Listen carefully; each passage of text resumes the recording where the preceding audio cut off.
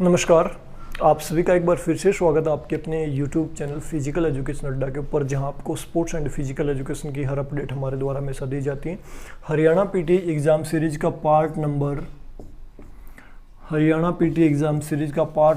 56 में लेके आ गया हूं, जिसमें आज हम जो है योग की जो एक तो योग से रिलेटेड जो इंपॉर्टेंट क्वेश्चन आते हैं 2 पॉइंट को लेकर आते हैं वो कवर करेंगे। और जो पोस्चरल डिफॉर्मिटीज़ होती हैं, वो आज देखेंगे कौन कौन सी होती हैं, और उससे रिलेटेड क्वेश्चंस जो आ सकते हैं उन सबको कवर करेंगे। ठीक है, 2 पॉइंट्स के ऊपर आज बात करेंगे। सबसे पहले मैं विकृतियां, जो पोस्चरल डिफॉर्मिटीज हैं उनकी बात कर लें। देखो, 2 तरह की पोस्चरल डिफॉर्मिटीज होती हैं। एक तो आपकी जो कार्य करने की अक्षमता है उसके अंदर विकृति आना। कार्य करने की क्षमता कैसे, जैसे सोचने की क्षमता कम हो, या मैं कहूँ देखने की क्षमता, सुनने की क्षमता। ठीक है, और एक होती है संरचनात्मक, जो हमारा स्ट्रक्चर बॉडी का उसके अंदर विकृतियाँ। तो हम जो स्ट्रक्चरल जो डिफॉर्मिटीज हैं उनको देखेंगे। ठीक है, और इंपॉर्टेंट बातें बताऊंगा सारी, ज़्यादा चक्कर में नहीं पड़ना है। ठीक है, और सबसे पहले शुरू करते हैं। सबसे पहला होता है लॉर्डोसिस, LO नंबर 1, ज़्यादा देर नहीं लगाएंगे। ठीक है, लॉर्डोसिस LORDOSIS, लॉर्डोसिस। ठीक है, इसका दूसरा नाम याद कर लें, दूसरा नाम बहुत पूछ लेते हैं भाई, होलबैक, होलोबैक, HOLLOWBACK।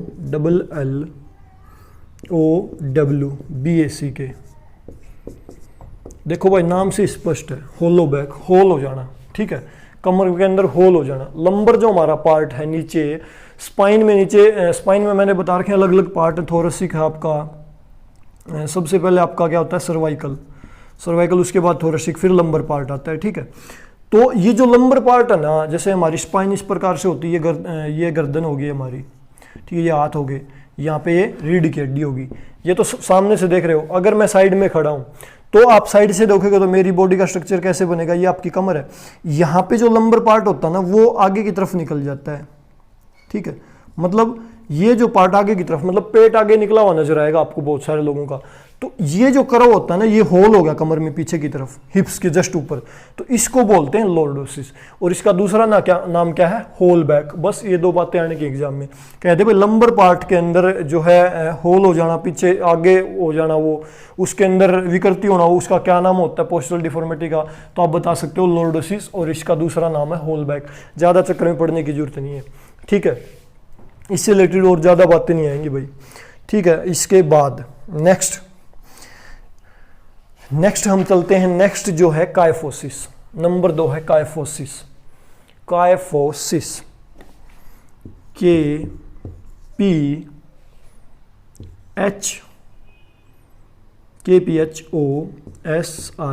कायफोसिस। इसका दूसरा नाम राउंड, ROUND, राउंड बैक, या मैं कहूं हंच बैक, HUNCH, बैक। ये 3 नाम है भाई इसके। इसमें क्या होगा, यहाँ पे कुबड़ निकल आता है। ठीक है, ये जो पार्ट है ना, थोरेसिक पार्ट, ये पीछे की तरफ निकल आएगा, छाती जो चेस्ट अंदर की तरफ धस जाएगी, समझ गए। इसको बोलते हैं कायफोसिस। पीछे की तरफ जो है, ऊपर की तरफ स्पाइन की हड्डियों का जो है करव पीछे की तरफ, समझ गए, इसको बोलते हैं कायफोसिस। चेस्ट अंदर चली जाएगी, समझ गए। अब एक विकृति, जैसे हमने पढ़ लिया कायफोसिस, पढ़ लिया लॉर्डोसिस, एक होगी इन दोनों के मेल से कायफोलॉर्डोसिस। उसमें क्या होगा, दोनों प्रकार की विकृतियां एक आदमी में मिल जाएंगी। बस इसके बाद तीनों नाम याद रखने। राउंड बैक किसको बोलते हैं, कायफोसिस को। लॉर्डोसिस को बोलते हैं होल बैक। ठीक है, और इसको बोलते हैं हंच बैक। हंच बैक का मतलब है कुबड़ निकल आना भाई, यहाँ पे कुबड़ापन। ठीक है, बस इससे रिलेटेड यही बातें हैं एग्जाम ओरिएंटेड, ज़्यादा एग्जाम में आने वाली बात नहीं है, ज़्यादा गहराई में जाने की जरूरत नहीं है हमें, और पक्का आएगा इससे एग्जाम में क्वेश्चन भाई। इसके बाद एक विकृति है round shoulder, ROUND, round shoulder, SHOULDER। Round shoulder में क्या होगा, कंधे आगे की तरफ झुक जाएंगे और ये यहाँ से गोल नजर आएंगे पूरी तरह से, ये हिस्सा गोल हो जाएगा। ठीक है, ये होता है राउंड शोल्डर। भाई कंधों को आगे की तरफ झुक जाना कौन सी विकृति होती है, किस प्रकार की, तो आप बता सकते हो उसको क्या बोलते हैं, राउंड शोल्डर बोला जाएगा, ये राउंड शोल्डर। इसके बाद स्कोलोसिस। स्कोलोसिस के आपके आसपास ना बहुत सारे उदाहरण मिल जाएंगे आपको भाई। स्कोलोसिस SCOLIOSIS, स्कोलोसिस, कंधा एक तरफ झुक जाना। कई देखते हो ना बाइक ऐसे चलाते हैं तिरछे होके, एक हाथ ऐसे करके मिलेंगे, एक कंधा नीचा मिलेगा, वो स्कोलोसिस होता है। ठीक है, वो आपका क्या कहलाएगा, स्कोलोसिस। कंधे के अंदर जो है स्पाइन का तिरछा हो जाना, ऊपर से हो सकती है, नीचे से हो सकती है, कौन सा भी कंधा ऊपर नीचे हो सकता है, ये आपका क्या होता है, स्कोलोसिस। ठीक है, इसके बाद है एक विकृति है आपकी बो लेग, BOW, बो लेग। दूसरा नाम मैं इसका लिखूं तो ये कहलाएगी आपकी जेनु वार्म। ये क्या होता है भाई, ओली पिंडियां का बालक, मतलब जो पिंडियां होती हैं वो बाहर की तरफ निकल जाएंगी हमारी। ठीक है, जैसे ये पिंडी है हमारी पीछे का हिस्सा, ये इस प्रकार से बाहर की तरफ निकला होना। ठीक है, मतलब जो हमारे घुटने हैं उनमें जो है गैप बहुत ज्यादा मात्रा में होना। ठीक है, वो होता है बो लेग, और इसको क्या बोलते हैं, जेनु वार्म जो इसको बोला जाता है। ठीक है, इसके बाद नेक्स्ट एक और विकृति है, वो भी मैं आपको बताऊंगा। तो बो लेग समझ गए, जो घुटने हैं, जो हमारे पैर बने होते हैं, मैं बनाऊं नीचे का हिस्सा, एक पैर इधर होता है, एक इधर, ये जो गैप दोनों घुटनों का, ये बहुत ज्यादा मात्रा में हो जाना। ठीक है, बहुत ज्यादा, जैसे ये दोनों पैर चले गए ना नीचे की तरफ, पंजे, यहां पे बहुत ज्यादा गैप होगा, इसको बोलते हैं बो लेग। बस इतनी सी बात है। दूसरा नाम जरूर याद रखना इसका, जेनु वार्म जो है इसका दूसरा नाम है, समझ गए, जेनु वार्म। एक इसका विपरीत होता है, वो होता आपका नोकनी, घुटने आपस में भिड़ना, नोक, KNOC, नोकनी भाई, आपस में घुटने भिड़ना। ठीक है, बहुत सारे बच्चों गांव में बोलते हैं, बोला कैसा बात जगा दूं, तेरे गोडे तो वैसे भिड़ रहे, ऐसी टिप्पणियां करते हैं ना, उसको नोकनी बोलते हैं। इसका दूसरा नाम जरूर याद रखना हमें, जेनु वेलगम, VALGUM, वेलगम, दूसरा नाम। घुटने आपस में भिड़ने लग जाएंगे। जिसके साथ ये समस्या है उसके साथ एक समस्या और होने की संभावना रहती है, कौन सी, फ्लैट फुट। ये एग्जाम में बहुत बार क्वेश्चन आता है भाई, एक विकृति हो जाए तो दूसरी विकृति होने की संभावना बढ़ जाती है। तो इस विचारधारा के अनुसार अगर किसी को नोक नहीं होगा तो दूसरी कौन सी विकृति किसी इंसान के अंदर हो सकती है, फ्लैट फुट का क्या मतलब होता है, जैसे ये हमारा पंजा है, यहाँ पे आप देखोगे अंदर की तरफ करव होती है करव इस प्रकार से, और जूते लेके आओगे उसमें भी करव दी जाती है ऑटोमेटिक, वो ना होना मतलब सपाट हो जाना, पैर बिल्कुल कवर जो करव होनी चाहिए वो ना होना, उसको फ्लैट फुट बोलते हैं। ठीक है, ये आपके हो गए भाई विकृतियां जो इंपॉर्टेंट है। नोकनी का दूसरा नाम जेनु वेलगम, और जो हमने इससे पहले वाली पढ़ी बो लेग, उसका दूसरा नाम जेनु वार्म। समझ गए, ये हमारी विकृतियां कंप्लीट हुई। इससे ज्यादा बाहर कुछ नहीं आना इसके अंदर। आपके लिए जो एग्जाम ओरिएंटेड बातें मैंने बता दी सारी।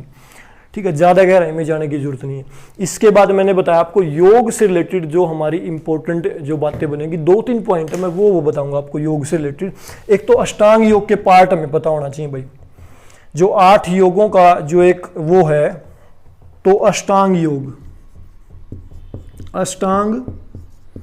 योग, ज्यादा गहराई में जाने की जरूरत नहीं है, इंपॉर्टेंट बातें मैं आपको बताऊं। अष्टांग योग जो है 8 अंग होते हैं, जिसकी पालना की जाए तो मतलब इंसान पता नहीं महान बने या ना बने, बोला जाता है। देखो मेरे को नहीं पता, देखो मैं आपको बताऊं तो इसका मैं आपको पार्ट बताऊं। पहला ही पार्ट है यम। दूसरा जो इसका पार्ट रहेगा वो आपका बनेगा नियम। तीसरा जो इसका पार्ट बनेगा वो आपका बनेगा आसन। फोर्थ जो इसका पार्ट बनेगा वो आपका बनेगा प्राणायाम। फिफ्थ जो इसका पार्ट बनेगा वो हमारा बनेगा प्रत्याहार। सिक्स्थ जो इसका पार्ट बनेगा वो हमारा बनेगा धारणा। सेवंथ ध्यान। एट्थ समाधि।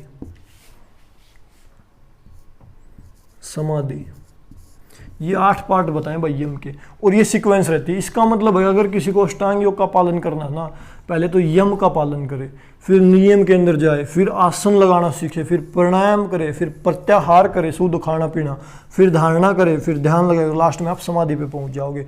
तो ये 8 स्टेप हैं अष्टांग योग के, आपको सीक्वेंस पता होनी चाहिए। और अष्टांग योग के 8 पार्ट हैं, यम, नियम, आसन, प्राणायाम, प्रत्याहार, धारणा, ध्यान, समाधि। धारणा, ध्यान, समाधि तो आपको याद हो गए, एक सीक्वेंस ही बनती है, एक रिदम, ठीक है।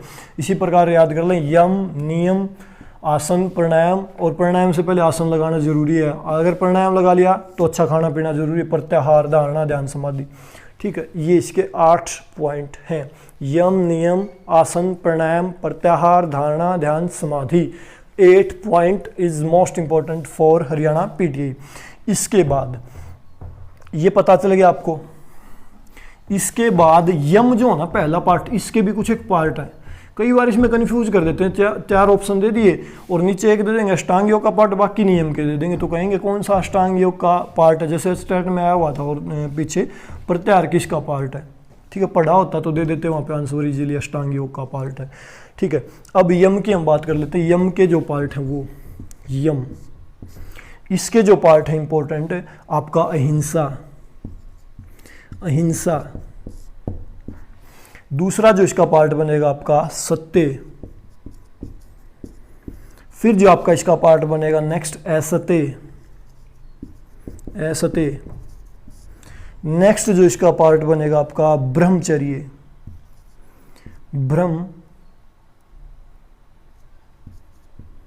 ब्रह्मचर्य देख लियो, ये ब्रह्मचर्य अटपटा वर्ड है थोड़ा। और लास्ट जो बनेगा अपरिग्रह। ये है भाई 5 इसके यम के नियम, ठीक है। आपको यम में आना है सबसे पहले अष्टांग योग बनाना, तो वहाँ पे हिंसा का पालन, सत्य, असत्य, चोरी वगैरह नहीं करनी है, ब्रह्मचर्य का पालन और अपरिग्रह। तो ये यम के पार्ट है, ठीक है। ये हमारा योग से रिलेटेड इंपॉर्टेंट क्वेश्चन और आपका जो पोस्चरल डिफॉर्मिटीज थी उससे रिलेटेड सारी बातें मैंने बता दी। और आपको लगता है योग में कुछ छूट गया तो वो बता सकते हो, बाकी मेरे ख्याल से कुछ छूटा नहीं योग में। ज़्यादा गहराई में जाओगे तो कन्फ्यूज हो जाओगे भैया आप, ठीक है। और फालतू चक्कर में पढ़ने की जरूरत नहीं है। हमें जो है ना अभी समय कम और अच्छी अच्छी चीज़ों को कवर करना जो मोस्ट इंपॉर्टेंट है ज़्यादा ही, ठीक है। किसी भी बुक में आप देख लेना, इनसे ज़्यादा क्वेश्चन बाहर आता ही नहीं योग का, और आएगा तो भाई सभी के लिए मुश्किल होगा। इससे बार आप ज़्यादा ये भी भूल जाओगे, कन्फ्यूज हो जाओगे, ठीक है। तो ये थी आज की क्लास, आपको कैसी लगी कॉमेंट करके बता सकते हैं। और नेक्स्ट वीडियो से हम शुरू करेंगे। हालांकि आज मसाज पढ़ना था लेकिन थोड़ा सा टफ टॉपिक था, मेरे पास समय कम था आज, इसलिए मैंने उसके ऊपर ज़्यादा समय नहीं दे पाया, क्योंकि मेरे को भी चीज़ें कुछ क्लियर करनी होती हैं पढ़ाने से पहले, इसलिए उसको हम आज नहीं कर रहे हैं। और हमारा जो लास्ट टॉपिक बचा हुआ है नेक्स्ट 4 पार्ट में वो कंप्लीट कर देंगे, स्पोर्ट्स ट्रेनिंग। और इसके बाद आपको लगता है कोई पार्ट बच गया तो बता देना, उसके बाद नेक्स्ट 60 से आगे अगर हमें पार्ट कवर करने पड़े तो वो भी कवर कर लेंगे। जो जो टॉपिक बचे हुए हैं आप वो कमेंट कर सकते हैं, और आपको लगता है कोई पार्ट समझ नहीं आया अभी तक तो उसको भी स्पेशल वहाँ पर रिकमेंड डाल सकते हैं, उसको एक स्पेशल पार्ट में कवर कर लेंगे। तो ये था आज का वीडियो, आपको कैसा लगा कमेंट करके जरूर बताएं। अच्छा लगा तो वीडियो को लाइक कर सकते हैं, शेयर कर सकते हैं इसी प्रकार के वीडियोज़ के लिए। और वीडियो को लास्ट तक देखने के लिए आप सबका बहुत बहुत धन्यवाद। Thank you.